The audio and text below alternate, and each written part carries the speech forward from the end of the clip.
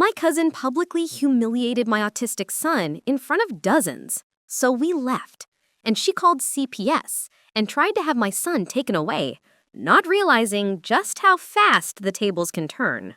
When my cousin Vanessa was having a wedding, my son Mikey was the first person I told. He has semi-low functioning autism, so more often than not, my friends or acquaintances specifically request for him not to come, which meant we never went to events together. But I assumed my aunt would be different. When I told him, he started jumping up and down and clapping his hands. "Really, Daddy? Really? I can go?" When I exclaimed an enthusiastic yes, he jumped into my arms and we twirled around. One symptom of his autism is that he is quite easily joyed by the little things in life. So, as we made our way to the wedding rehearsal, I made sure to prep Mikey on wedding manners. Don't talk during the ceremony. Try to be quiet. It's the bride's day, not ours, etc. He seemed pretty attentive, so I thought all would be okay. But we were halfway through the practice ceremony when Mikey started smiling really hard. He only does this when he's really happy about something. So I squeezed his hand tight as if to say, "I'm happy too." But we stayed completely silent, like radio silent. But when Vanessa made it to the top of the aisle, she screeched, "Excuse me, what is he doing here?" My heart dropped and I turned to Mikey, who was still smiling, not knowing she was talking about him. No one else said anything, but instead of just continuing the ceremony and focusing on her wedding, Vanessa turned to her groom and screamed like a banshee, "I thought you told him not to come!" By this point, she was pointing straight at Mikey, and he started tearing up. The audience was silently whispering, and I even caught sight of a few looks of disgust towards her. Unfortunately, they were the minority because most of the audience were nodding their heads in agreement as if it was the most disgraceful thing they'd ever seen. I wanted to yell at Vanessa to tell everyone I can't wait until she dies of obesity so me and Mikey can dance on her grave. But I didn't say any of that. I wanted to be a good role model for Mikey, so we just walked out. As soon as we were outside the church, Mikey had a meltdown. "Why would she say that about you, Daddy? That was so mean." I thanked the heavens he didn't know it was about him. "Son, some people are just bitter because they don't like themselves." Luckily, this was just the wedding rehearsal, and 2 days later, the real wedding happened. Luckily, Mikey believed the one we went to was the real one, so he didn't question it when I left him with the babysitter for the day. I'm a pretty big marriage guy, so for the first half of the day, I let Vanessa have her moment completely undisrupted.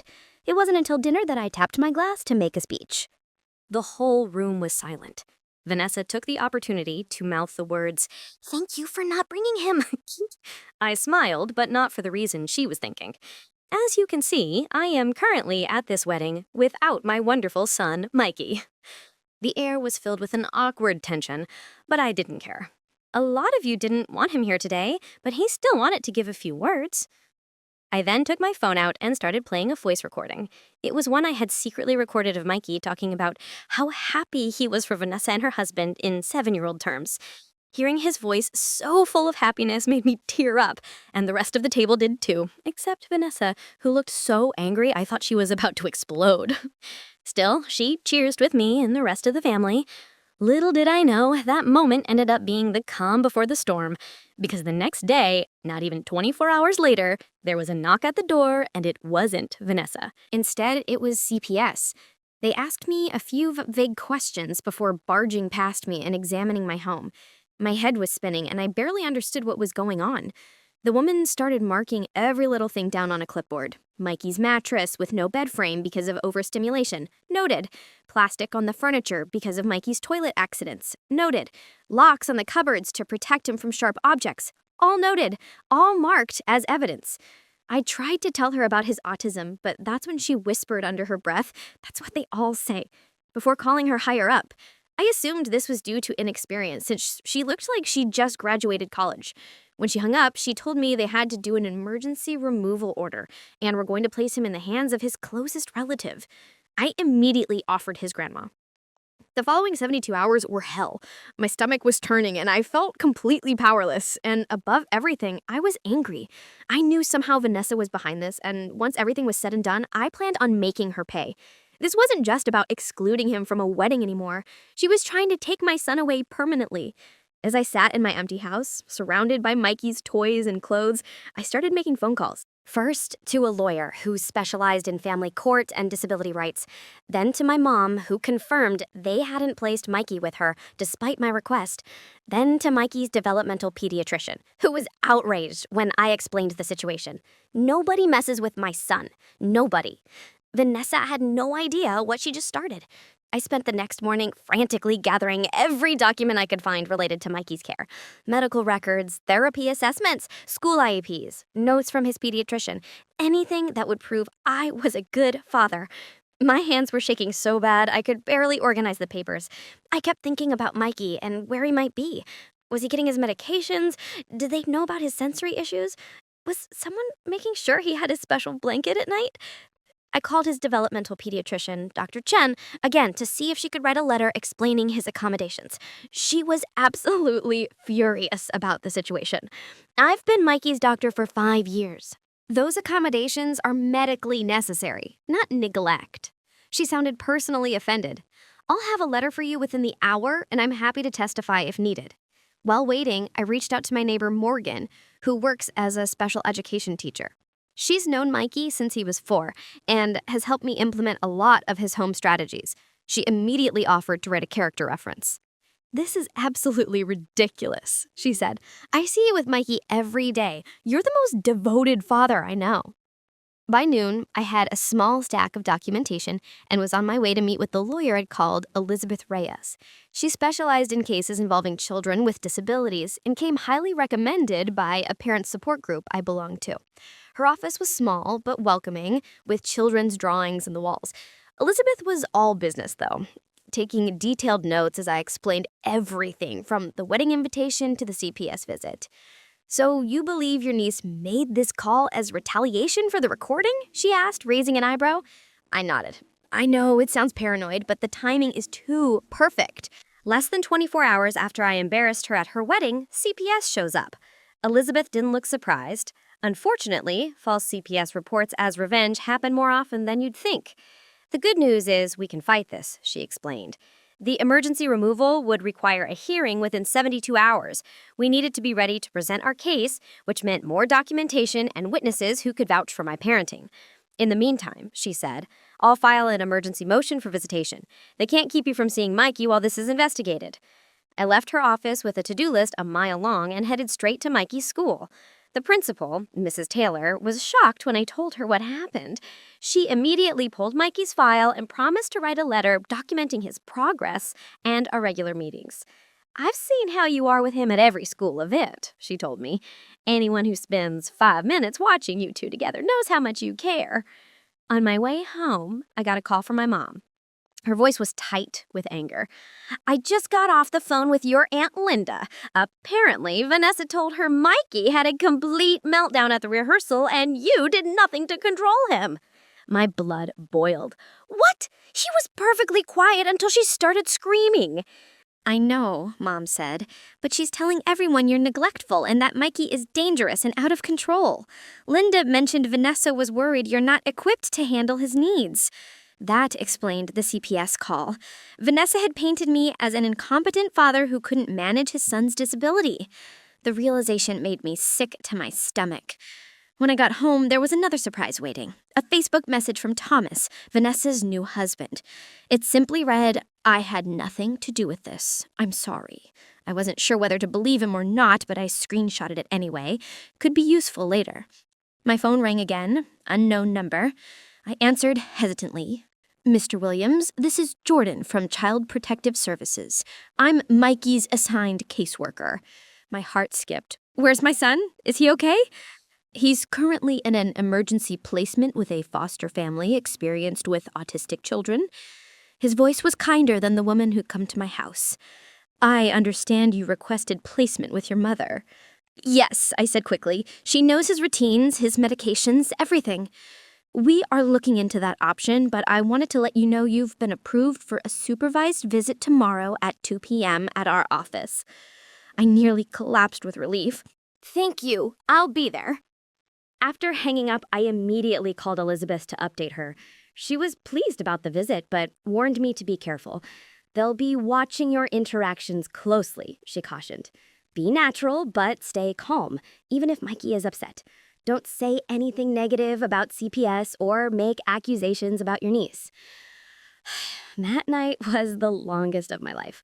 I kept walking into Mikey's room, expecting to see him curled up with his dinosaur plushies. The empty bed made my chest hurt. I ended up sleeping on his floor just to feel close to him. The next day, I arrived at the CPS office an hour early, clutching Mikey's favorite comfort item, a soft blue octopus toy he called Squish.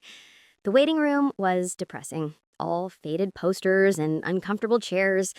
I watched the clock tick by, minute by agonizing minute. When they finally brought Mikey in, I had to physically restrain myself from running to him.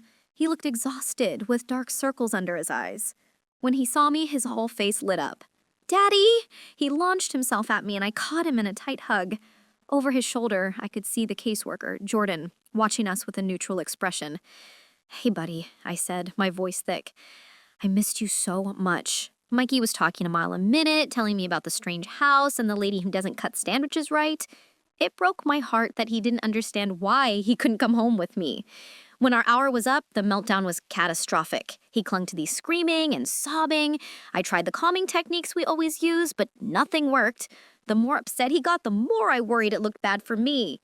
"I want to go home," he wailed as a staff member tried to gently pry him away. "I want my daddy." It took everything I had not to break down myself as I watched them carry my hysterical son down the hallway. Once he was out of sight, I sat in my car and sobbed. Back at home, I checked my email to find Dr. Chan had sent her letter, emphatically stating that all of Mikey's home accommodations were appropriate and recommended. I forwarded it to Elizabeth just as my phone rang again. It was my mom. "I just got a call from CPS. They're doing a home inspection tomorrow to see if I can take Mikey temporarily." This was progress. If they approved Mom's house, at least Mikey would be a family until we could get him home. "That's great, Mom. Did they say anything else?" There was a pause. "Just that they received additional concerns about your care of Mikey." My stomach dropped. Additional concerns from who? They wouldn't say, but I have a pretty good guess, she said grimly. Vanessa was doubling down. I wondered what new lies she was telling now. The thought made me angry enough to do something I probably shouldn't have. I called her directly. To my surprise, she actually answered. "What do you want?" Her voice was cold. "I want to know why you're trying to take my son away from me," I said, struggling to keep my voice steady. She scoffed. "I'm not doing anything except expressing legitimate concerns about my nephew. Mikey needs professional help, not just you making excuses for his behavior. He has professional help. He has doctors and therapists and he still can't behave properly in public," she interrupted. "The way you let him act at my rehearsal proves you can't handle him." I was so stunned I could barely speak. He was completely quiet until you started screaming at him. "That's not how I remember it," she said smugly, and neither do most of the guests. That's when it hit me. She was getting other people to make statements against me. I hung up before I could say something I'd regret. I immediately called Elizabeth to tell her about the conversation. She advised me not to contact Vanessa again and to document everything that had happened so far. I spent the rest of the evening writing a detailed timeline from the wedding invitation to the CPS visit. The hearing was scheduled for the next day. Elizabeth met me outside the courthouse, looking confident in a crisp suit. "We have strong documentation," she reassured me, "and Dr. Chen will be testifying by phone." As we walked in, I saw Vanessa sitting in the hallway with an older woman I didn't recognize. She smirked when she saw me. The hearing room was small and less formal than I expected. The judge, an older man named Judge Williams, reviewed the initial CPS report while Elizabeth presented our documentation. The letters from Dr. Chen, Mrs. Taylor, and Morgan, along with all of Mikey's medical records. "Your Honor," Elizabeth said, "the accommodations CPS flagged as concerning are all medically recommended for a child with Mikey's specific needs. They're not signs of neglect, but of attentive parenting." The CPS worker who'd inspected my house testified next, describing what she'd found. When questioned by Elizabeth about her experience with autistic children, she admitted she had limited training. "And did you consult with any autism specialists before determining these accommodations were inappropriate?" Elizabeth asked.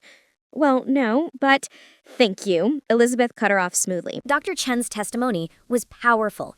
She explained each accommodation in detail and why it was necessary for Mikey. She also emphasized how well Mikey was doing under my care. I have patients whose parents refuse to implement these strategies, she said firmly. Mr. Williams has gone above and beyond to create an appropriate environment for his son. I thought we were making progress until the CPS attorney called his next witness, Vanessa. She walked to the front, looking solemn, but I could see the satisfaction in her eyes. She described the rehearsal incident completely differently, claiming Mikey had been disruptive and uncontrolled. She also said she'd seen me manhandle him when he got upset. I've been concerned about my uncle's ability to parent for years, she said with fake sincerity. I only called CPS because I genuinely fear for Mikey's well-being. Elizabeth's cross-examination was brutal. Miss Johnson, isn't it true that you called CPS less than 24 hours after Mr. Williams played a recording of his son at your wedding reception? Vanessa shifted uncomfortably. The timing is coincidental. And isn't it true that you explicitly didn't want Mikey at your wedding because of his autism? That's not... Yes or no, please. Vanessa glared. I wanted an adult-only wedding. Elizabeth smiled slightly. Yet several children were present, correct? Your flower girl, ring bearer, and at least 3 other guests' children. Vanessa's face flushed. Those children know how to behave, so it wasn't an adult-only wedding. You specifically didn't want one child, Mikey, because of his disability. The judge was watching Vanessa carefully. Now, Elizabeth continued her questioning, establishing that Vanessa had rarely interacted with Mikey before the wedding and had no expertise in autism or child development. One final question, Elizabeth said. Did you tell your guest that Mr. Williams shouldn't bring Mikey to the rehearsal? Vanessa hesitated. I might have mentioned it to a few people. So you deliberately excluded a child based on his disability, then called child services when his father brought attention to this discrimination. Objection, the CPS attorney called. Argumentative, sustained, said the judge, but he was frowning at Vanessa. When it was time for closing statements, Elizabeth emphasized that while Mikey's care might look unusual to someone unfamiliar with autism, everything in my home was designed for his well-being.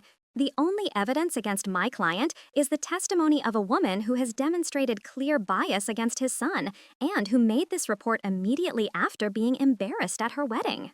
The judge took a short recess to review everything. Those 20 minutes felt like years. I kept replaying Vanessa's testimony in my head, furious at how she twisted everything.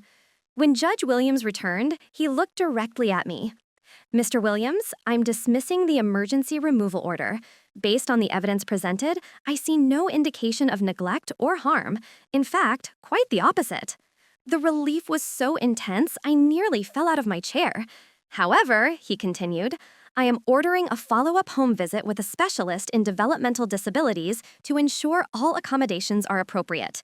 Until then, your son will be placed with his grandmother, with unlimited visitation for you. It wasn't a complete victory, but it was close. Mikey would be with family, and I could see him whenever I wanted.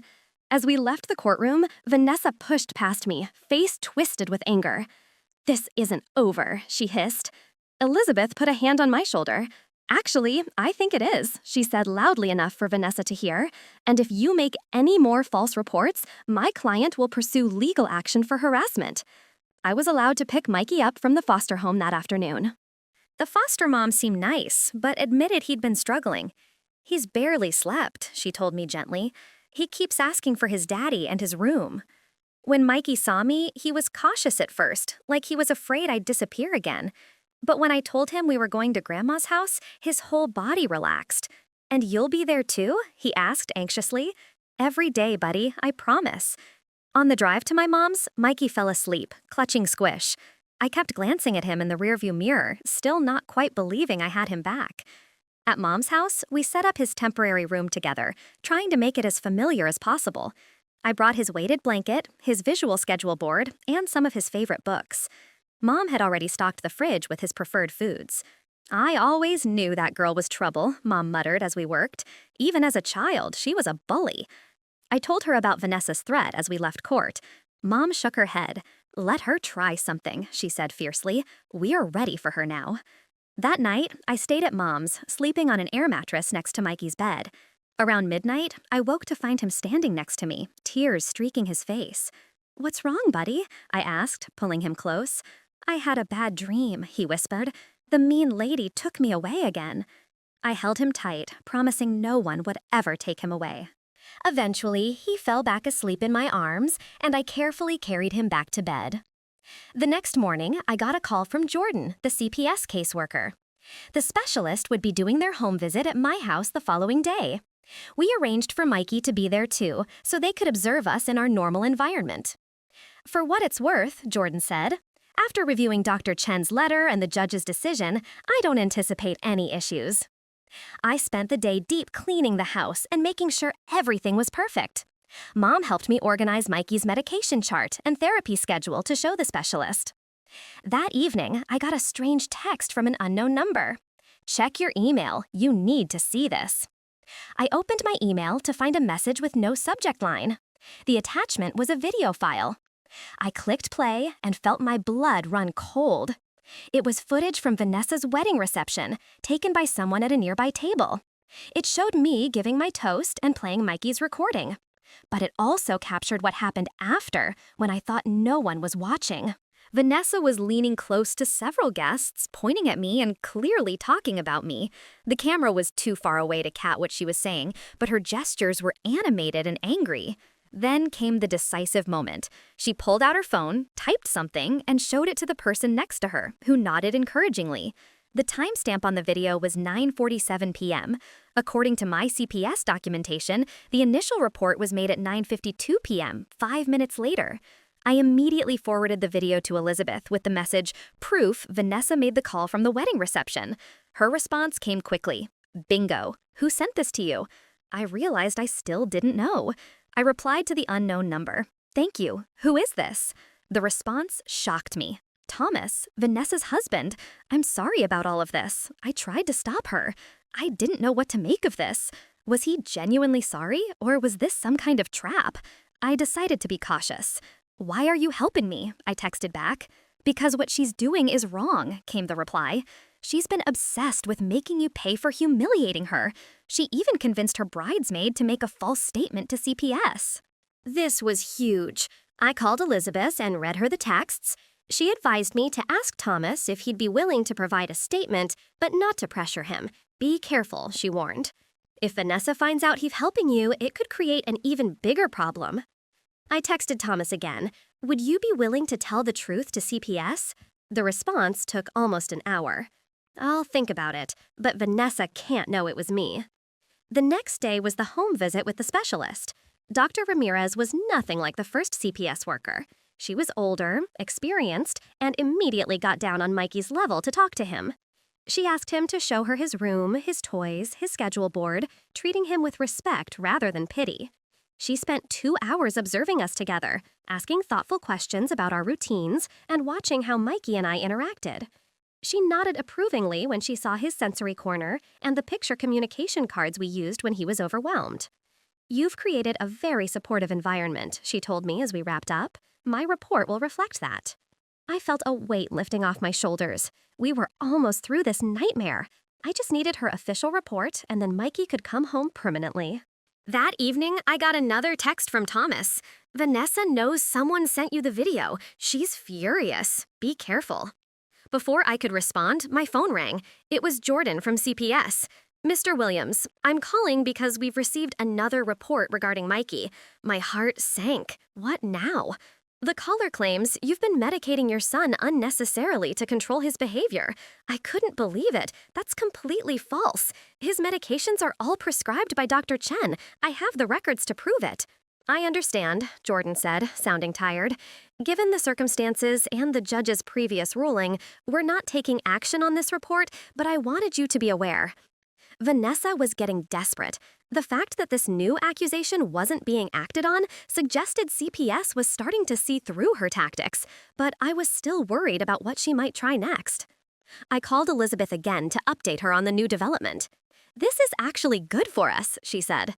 "Multiple false reports strengthen our case if we need to take legal action against her for harassment." "What should I do now?" I asked. "Document everything, and I think it's time we have a serious conversation about a restraining order." The next day, Dr. Ramirez's report came in. As expected, it was extremely positive, concluding that my home was ideally suited to meet Mikey's developmental needs and that our bond was secure and nurturing. She specifically noted that all medications and therapies were appropriate and well managed. Jordan called that afternoon. Based on Dr. Ramirez's assessment, we're closing the case. Mikey can return home immediately. I nearly cried with relief. Thank you, Mr. Williams. Jordan added, off the record, I want to apologize for how this was handled initially. The first caseworker should have recognized the specialized accommodations for what they were. I appreciated his candor, but all I could think about was bringing Mikey home. I drove to my mom's house immediately to share the news. Mikey was ecstatic, jumping up and down and flapping his hands, his way of showing extreme happiness. Mom hugged me tightly, tears in her eyes. I knew they'd see the truth, she whispered. As we packed up Mikey's things, my phone buzzed with a text. It was Thomas again. Just heard CPS close the case. Vanessa is planning something else. Watch your back. I stared at Thomas's text for a long minute, my hands starting to shake. Just when I thought the nightmare was ending, Vanessa was planning something else. What the hell did that even mean? I deleted the message and shoved my phone in my pocket, not wanting Mom to see how freaked out I was. Mikey was buzzing around the bedroom, happily packing his dinosaur toys and chattering about going home. Daddy, can we get ice cream on the way home? The kind with the rainbow sprinkles. Mikey was practically vibrating with excitement. I forced a smile, trying not to let my new anxiety show. Absolutely, buddy. Extra sprinkles even. I ruffled his hair as Mom gave me a knowing look over his head. Everything okay? She asked quietly while Mikey was distracted with organizing his stuffed animals by size. I hesitated, then nodded, just ready to get him home. We loaded everything into my car, and Mom gave Mikey an extra long hug. I thanked her about 50 times for everything she'd done. The drive home was filled with Mikey's excited chatter, and as promised, a stop for ice cream. Walking back into our house together felt surreal after the hell of the past week. That night, after getting Mikey settled back into his own bed, I sat down at the kitchen table and tried to think. Vanessa clearly wasn't finished with us. I couldn't keep living in fear of what she might do next. It was time to go on the offensive. I called Elizabeth first thing the next morning while Mikey was eating breakfast. I need to know what my options are here, I told her. Thomas says Vanessa is planning something else against us. Elizabeth didn't hesitate. We have multiple documented false reports now.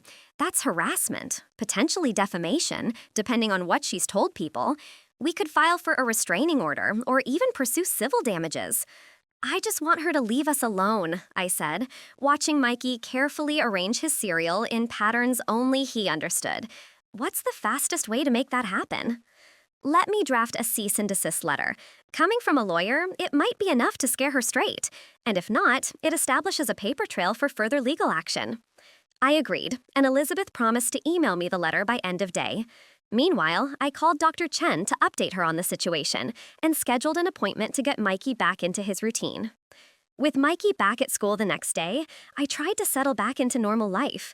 His teacher, Mrs. Wilson, had been amazingly supportive through everything, sending home activities during his absence and making his return as smooth as possible. She pulled me aside during drop-off. I just want you to know we're all on your side here, she said. The whole staff knows what happened. If anyone suspicious comes asking about Mikey, we'll contact you immediately. I thanked her, relieved to have allies watching out for us. Elizabeth emailed the cease and desist letter that afternoon.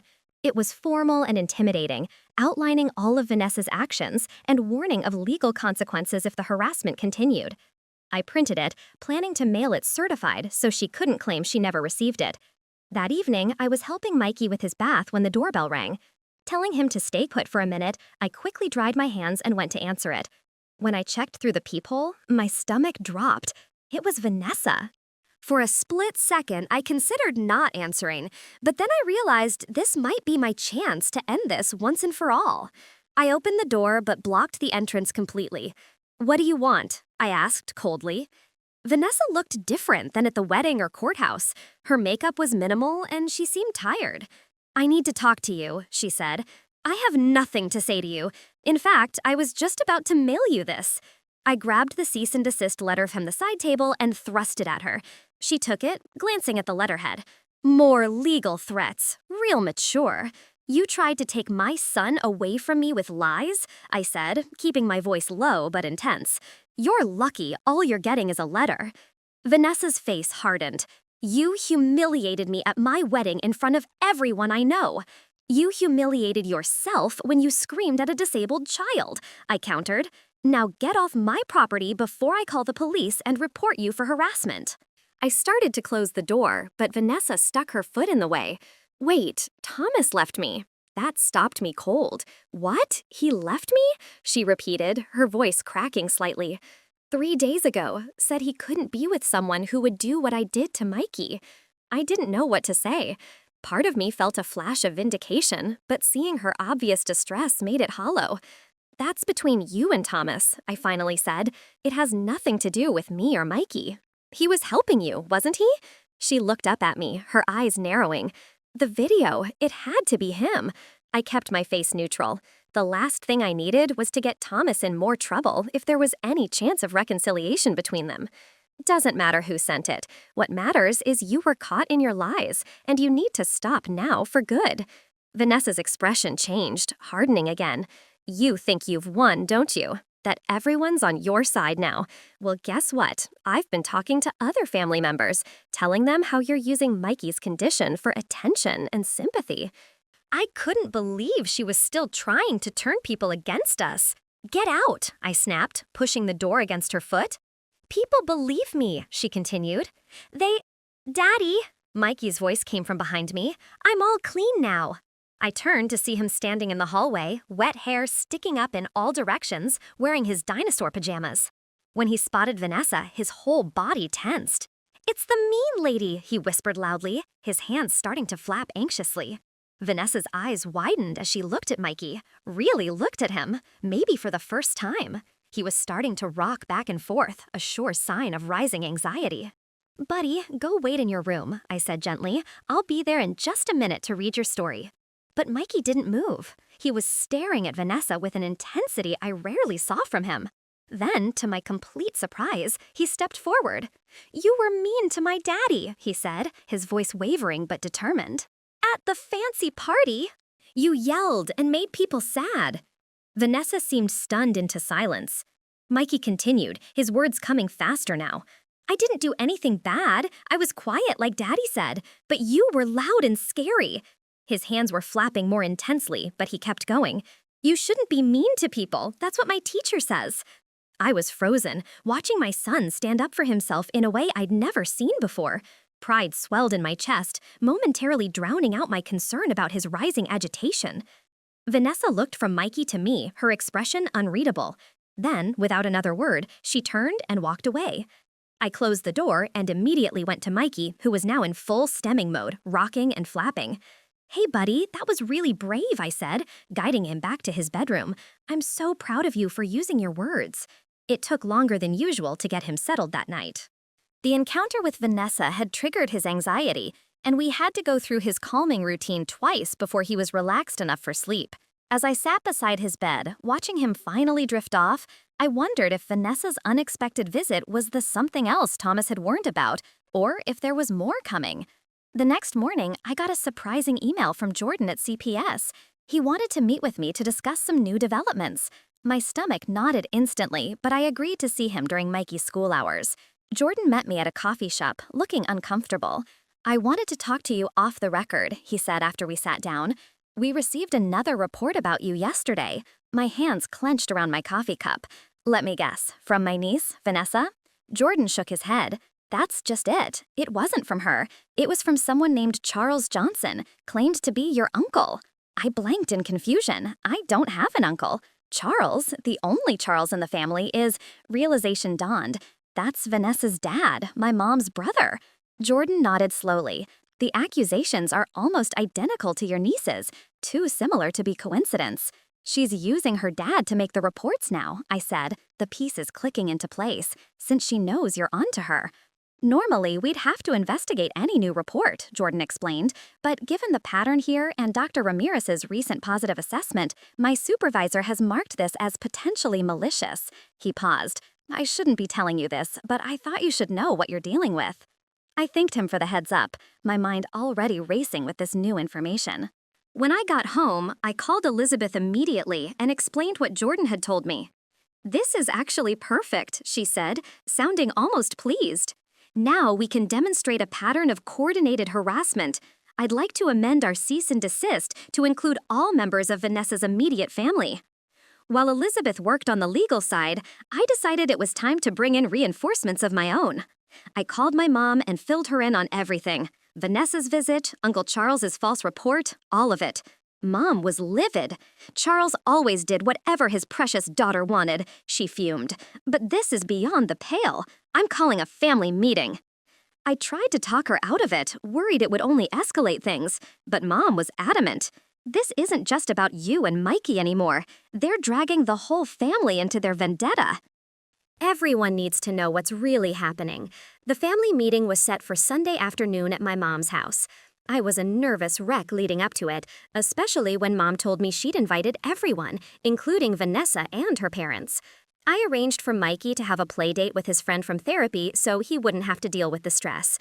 When Sunday arrived, I was surprised by how many people showed up. Aunts, uncles, cousins I hadn't seen in years. Apparently, the family drama had piqued everyone's interest. Vanessa came with her parents, her face a mask of composure that slipped when she saw how many people were there. Mom took charge immediately. "I called you all here because there's been a campaign of harassment against my son and grandson," she announced once everyone was seated, "and it's coming from inside this family." You could hear a pin drop. Mom laid out everything chronologically. The wedding incident, the CPS calls, the false accusations. She had printed copies of Dr. Ramirez's report and the cease and desist letter, which she passed around. And now she finished, staring directly at Uncle Charles. "We have reason to believe others are making false reports to continue this harassment." Uncle Charles turned red. "I was just concerned about the boy." "You see, Mike? Exactly twice in the past 3 years," Mom cut in. "Both times at family gatherings that you left early. You have no idea what he needs." Aunt Linda, another of Mom's siblings, spoke up. "Vanessa told us Mikey was out of control at the wedding rehearsal, that he was screaming and disrupting everything." "That's a lie," I said firmly. "Mikey didn't make a sound until Vanessa started screaming at him. Ask anyone who was actually watching." To my surprise, one of Vanessa's bridesmaids cleared her throat. "He's right," she said, not quite meeting Vanessa's furious gaze. "The little boy was just sitting there smiling. Vanessa was the one who flipped out." "You bitch," Vanessa hissed at her former friend. "After everything I did for you." "Enough." It was Thomas, standing in the doorway. I hadn't even known he was coming. "Enough lies, Vanessa. Enough lies, Vanessa." The room went silent again as Thomas walked in and stood next to me. "I've watched this go on too long," he said. "First the wedding, then convincing Jenna to make that false statement to CTS, then getting your dad involved." Vanessa looked around the room, clearly realizing she was losing her audience. "You don't understand," she tried. "He deliberately humiliated me at my wedding by playing that recording." "After you publicly humiliated his son by screaming at him for existing," Thomas countered. "I told you to apologize back then, and none of this would have happened." Uncle Charles was looking increasingly uncomfortable as more family members started murmuring among themselves, many giving Vanessa and her parents disgusted looks. Aunt Maria, who'd been quiet until now, finally spoke up.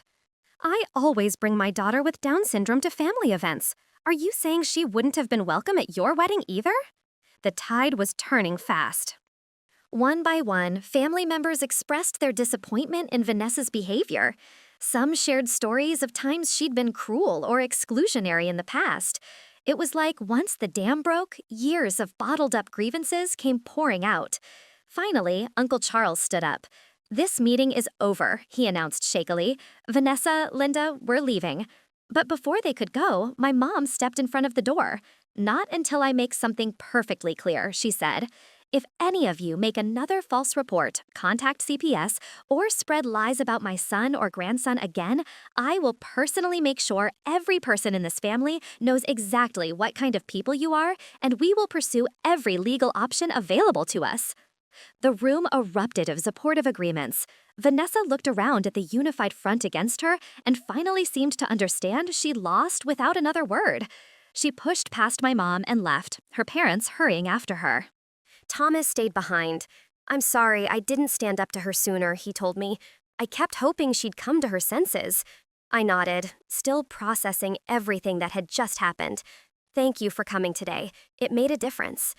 In the days that followed, the family rallied around us in ways I never expected. Aunt Maria invited Mikey for a play date with her daughter. Uncle James, who I'd barely spoken to in years, called to ask if Mikey might like to try fishing of his lake house. It was like Vanessa's attempts to isolate us had backfired completely. Elizabeth called a week later with good news. We've received formal written agreements from Vanessa, Charles, and Linda that they will cease all communication about you and Mikey, direct or indirect. They've acknowledged that any further false reports will result in immediate legal action. So it's really over? I asked, hardly daring to believe it. It looks that way, she confirmed. How are you and Mikey doing? I glanced out the window where Mikey was playing in the backyard, carefully examining bugs with a magnifying glass, completely in his element. We're doing great, actually better than before all this happened, and we were. The whole ordeal had been terrifying, but something unexpected had come from it. For the first time, Mikey was truly included in the family. People who'd previously made excuses not to interact with him were now making efforts to learn about autism and accommodate his needs. 2 months later, we attended a family barbecue at my cousin William's house. Mikey was nervous at first, clutching my hand as we approached the crowd. But then Aunt Maria's daughter spotted him and ran over, grabbing his free hand. "Come see the sprinkler, it's super splashy," she exclaimed. And after a questioning look at me and my encouraging nod, Mikey let himself be led away. I watched him playing with the other kids, his happy flapping, drawing curious but kind questions from his cousins rather than stares or whispers. Someone handed me a beer and I turned to see Thomas. "He seems to be having a good time," he observed, nodding toward Mikey. "Yeah," I said, feeling a deep contentment I hadn't experienced in a long time.